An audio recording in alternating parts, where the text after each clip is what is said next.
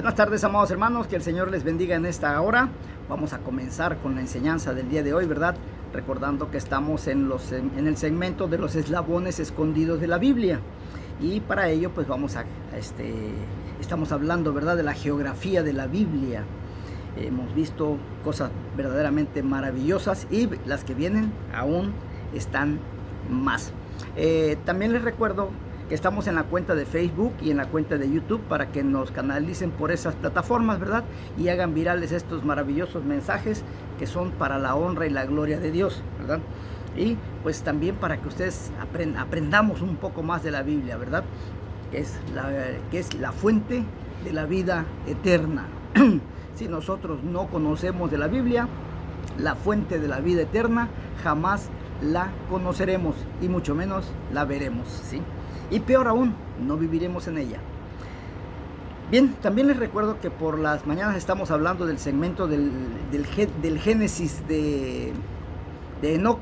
Se está poniendo verdaderamente interesante, no lo pierdan de vista, ¿verdad? Canalícenlo por los canales. Les recomiendo que si me apoyen un poquito con la cuenta de YouTube, ¿sí? Facebook estamos muy bien, pero YouTube andamos muy bajitos, entonces me gustaría que me apoyaran en ese aspecto. El día de también les estaba comentando que vamos a comenzar una serie de un nuevo segmento. Vamos a abrir un nuevo segmento, el cual lo vamos a considerar tomando en cuenta que la iglesia ahorita anda por un lado y por otro andan desatados los satanes, ¿verdad? Destruyendo las iglesias, ¿sí? Pero yo les hacía la referencia de que por culpa de ustedes, los pastores, porque ustedes son los que no han orientado bien a su iglesia. Hay un reglamento interno de la iglesia y ustedes no lo llevan a cabo, porque si lo llevaran a cabo, sus iglesias estarían adheridas a ustedes, y andan buscando en otro lugar lo que ustedes no les dan. Lo mismo pasa con nuestros hijos en las casas, ¿verdad? Por no darles la enseñanza de vida, mejor se van a la calle y allá hay personas perversas, ¿verdad?, que los inducen a hacer cosas malas, y cuando nos damos cuenta ya ese niño ya lo perdimos, ya lo sacamos de nuestro regazo, ¿verdad? Ya el niño piensa como otros niños, ¿sí? Otros niños de hijos paganos, ¿sí? Malos y perversos, y después decimos, ¿por qué mi hijo es así? Pues sí, porque nunca le dices la ilustración, ¿sí?, como debía de ser. Entonces vamos a comenzar con ese segmento que va a ser el reglamento de la iglesia. Y no estamos fuera de un contexto, porque Dios también puso sus reglamentos para el pueblo de Israel bajo la ley de Moisés. Entonces ya la próxima semana yo les digo qué día comenzaremos con este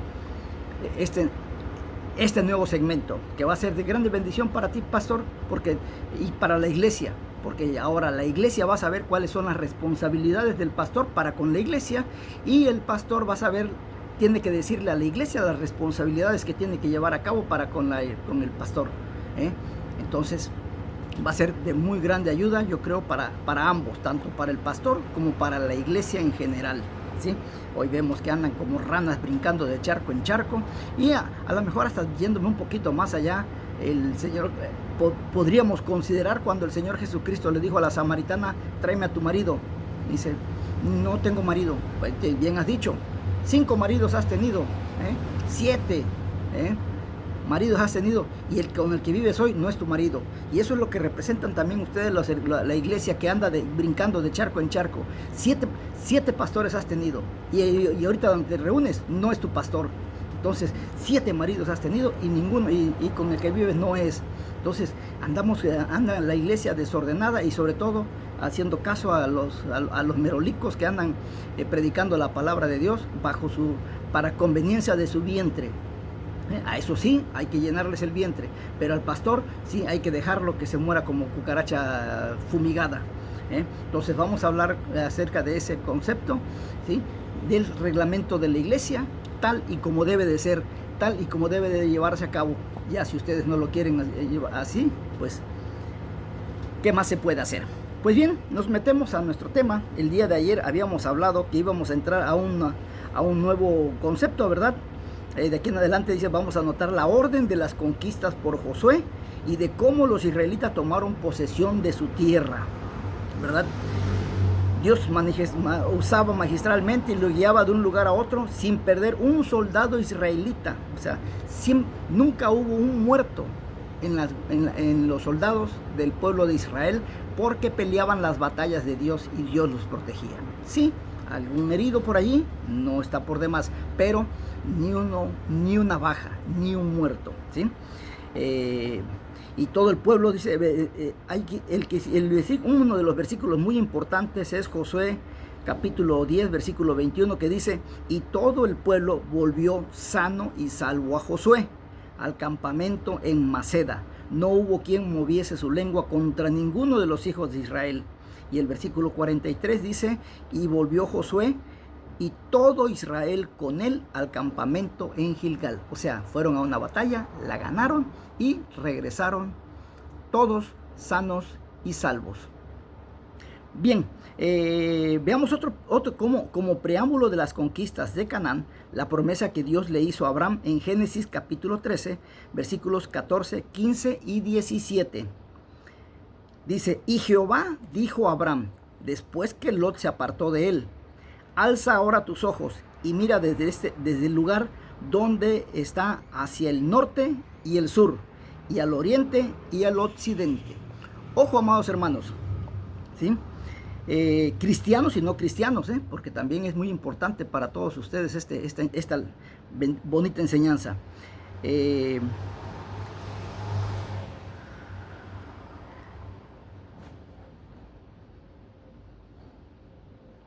Perdón, discúlpeme tantito. Porque toda la tierra, dice, que ves, la daré a ti y a tu descendencia. La daré a ti y a tu descendencia. A Abraham y a su descendencia. A Abraham y a los judíos. A Abraham y a los israelitas. Como les quieran llamar. Toda esa tierra Dios se la dio a Abraham y a su descendencia. Pero vamos a ver quiénes son parte de su descendencia, ¿sí? Porque no nada más los judíos son la descendencia de Abraham, Hay que tener mucho cuidado con esto, ¿sí? Dice: te daré la descendencia para siempre. También le concluye diciéndole: para siempre, ¿sí? Levántate, ve por la tierra a lo largo de ella y a su ancho, porque a ti la daré, ¿sí? Vamos a ver los 4 puntos cardinales. El centro. En la conquista los 4 puntos que me mencionan las Sagradas Escrituras. El centro. En la conquista del centro de Canaán, vencieron a Jericó, principal obstáculo y país clave en las defensas de la región. Y posteriormente sojuzgaron a las tribus de los pereceos y heveos que habitaban allí. Josué capítulo 6, ¿verdad? Eso es por el lado del centro. El sur, dice: en la conquista del sur tuvieron que vencer una grande y poderosa alianza de 5 reyes amorreos y jebuseos en una de las más cruentas y decisivas batallas de toda la historia universal, tanto de aquellos tiempos como de estos actuales. Fíjense nada más, esta batalla que llevaron a cabo el pueblo de Israel fue contra 5 naciones poderosísimas, ¿sí? Y jamás ha habido una batalla como esa desde ese tiempo hasta hoy en día. Y fíjense qué curioso, porque vemos hoy la guerra que hay en el Medio Oriente, ¿verdad? Sin embargo, dice la Biblia que no hubo una guerra similar a esa hasta hoy en día. Qué curioso, ¿verdad? Qué maravilla es la palabra del Señor. Y yo no sé por qué todavía andamos por ahí como loquitos diciendo que no existe, que es mentira, ¿sí?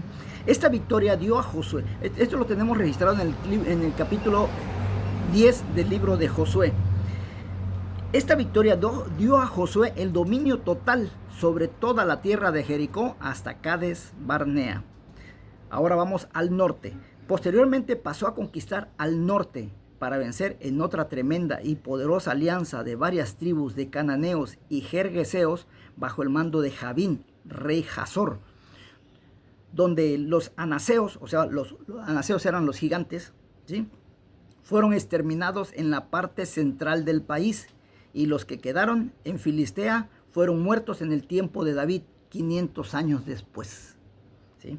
Esto lo tenemos registrado en el libro de Josué, en su capítulo 11, 1 al 5 y 21 al 23. Y en Primera de Crónicas, capítulo 20, versículos 4 al 8. La segunda parte de la tarea encomendada por Dios a Josué después de las batallas fue la de dividir la tierra entre las tribus de Israel. Cabe hacer mención que muchos hombres cananeos, ojo, no fueron conquistados, y ellos siempre siguieron persuadiendo a los israelitas a servir a sus dioses falsos, siendo este el motivo principal de muchas veces la reincidencia de los siervos de Jehová hasta este día. Esto lo tenemos registrado en el libro de Jueces, capítulo 2, versículos 18 y 19. Bueno, después de que Josué hubo vencido al norte, al sur, al este y al oeste, entonces la segunda etapa del trabajo que tenía que hacer para la gloria de Dios se basó en dividir la tierra, darla por heredad a los hijos del Señor. Pero hay un detalle: no sacaron a toda la gente. ¿Por qué? Porque pues se conformaron con la tierra que consiguieron para ellos y sus familias. Ya no se preocuparon por los demás gente. Entonces, por ello, al no obedecer completa y totalmente a Dios, ¿qué fue lo que les dijo Dios? Bueno, esa gente que no quisiste sacar es la gente que va a estarte achuchando, ¿verdad? Va a ser tu chicote durante toda tu vida. Y es lo que pasa ahorita. Por eso hay naciones que están dentro de Israel que alegan que esas tierras son de ellos. Y sí es cierto, ellos llegaron antes, pero Israel tenía que haberlos sacado, pero por desobedecer a la orden de Dios, allí están pagando las consecuencias. Y ¿saben qué, judíos? Bien pagadas, bien pagadas. Hoy en día hay una profecía sobre Gaza. Dice: Gaza será destruida. ¿Por qué Israel no destruye de una vez a Gaza?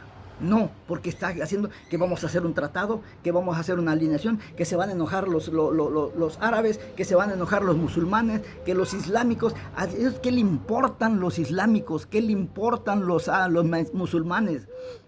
¿Qué le importan los maometanos? A Dios le importa que se le obedezca. Y Dios dice: Gaza debe ser destruida y Gaza tiene que ser destruida. ¿Qué espera Israel para destruirla?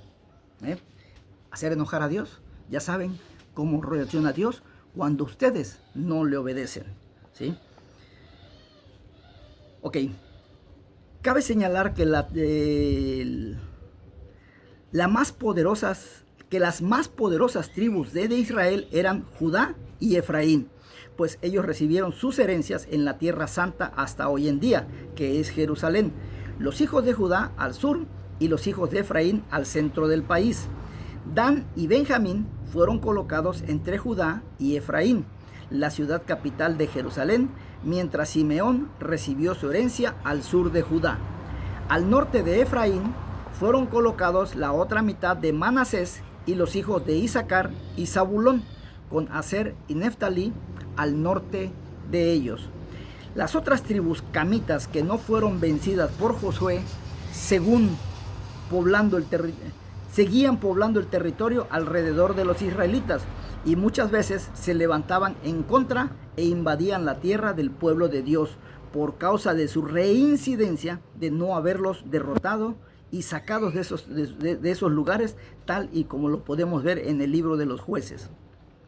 Los amalecitas vivían al sur de Judá. Los idumeos habitaban en Edom, descendientes de Saúl, vivían al este de ellos. Los moabitas vivían al norte de los idumeos. Los filisteos se quedaron en las orillas marítimas del mar Mediterráneo, al oeste de la herencia de Judá. Mañana vamos a ver un mapa para poder identificar toda esta enseñanza, ¿sí? Cómo se fueron distribuyendo, ¿verdad? En sus locaciones el pueblo de Israel, en lo que obedecieron y en lo que desobedecieron. Me da tristeza decirles que fue más tierra, más